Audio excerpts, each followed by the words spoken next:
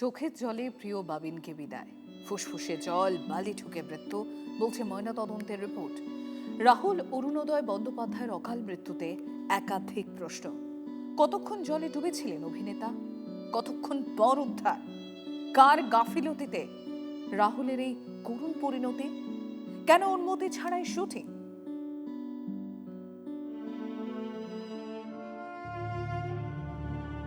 অকাল অস্তে অরুণোদয়। ধারাবাহিকে শুটিং চলাকালীন তালসারিতে সমুদ্রে তলিয়ে মৃত্যু অভিনেতা রাহুল বন্দ্যোপাধ্যায়। কিন্তু শুটিং করতে গিয়ে না শুটিংয়ের পর জলে নামতে গিয়ে মৃত্যু। অভিনেতার মৃত্যু ঘিরে একাধিক প্রশ্ন উঠতে শুরু করেছে। প্রথম প্রশ্ন, শুটিং কি চলছিল না শেষ হয়ে গিয়েছিল? কিন্তু ড্রোন চলছে, আমাদের লোকাল লোক সেখানে দাঁড়িয়ে দেখছে।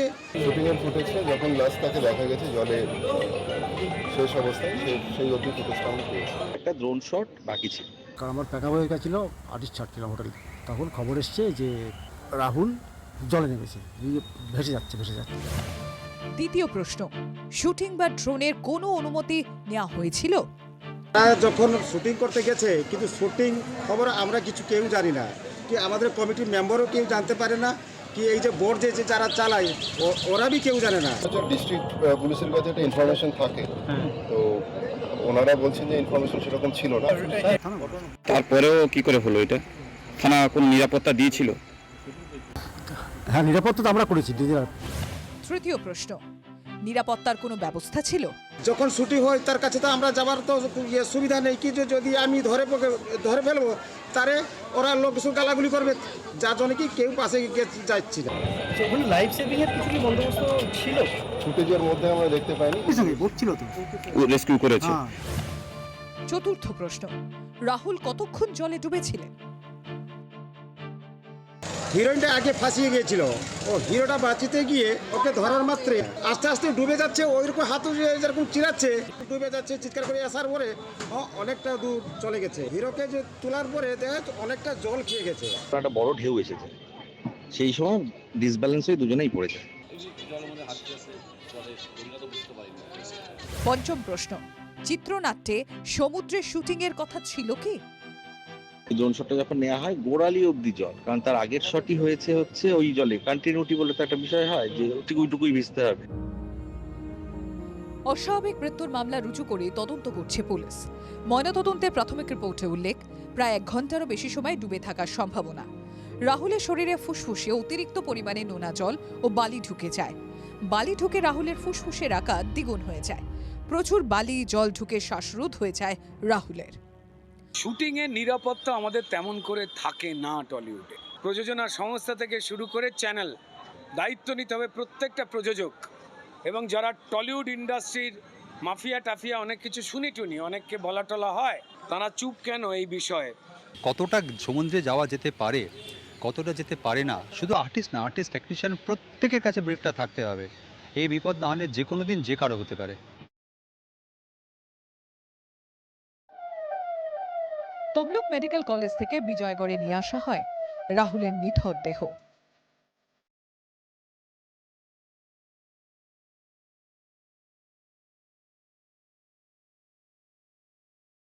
সেখান থেকে নিয়ে যাওয়া হয় কেওড়াতলা মহাশ্মশানে।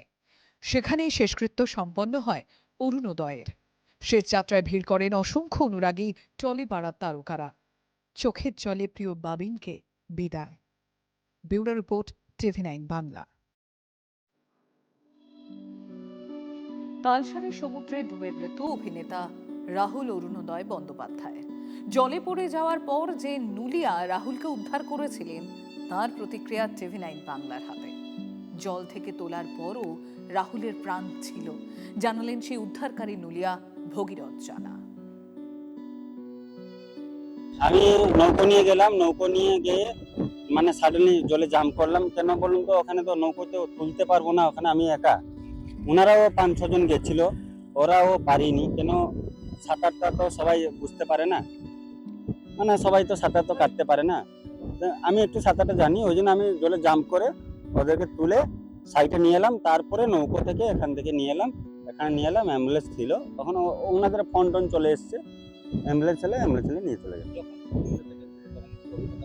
হ্যাঁ প্রাণ ছিল, এখানেও ছিল, আমি নিজেই উনার পেট থেকে জল বের করি। হ্যাঁ দুজনকে একসঙ্গেই।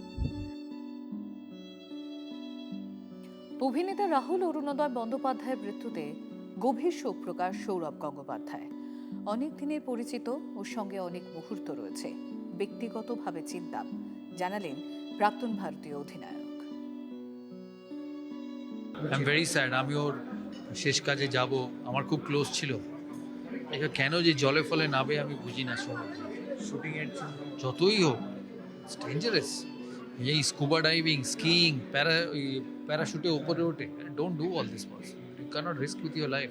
বানজি জাম্পিং, আরে জানি না কেন এরা করে। তোমার সঙ্গে একটা মুহূর্ত ছিল, অনেক মুহূর্ত, অনেক। আমি ওকে পার্সোনালিও চিনতাম, দাদাগিরি তো একদিন, আমি ওকে পার্সোনালি বহুদিন চিনতাম। I am really really sad actually.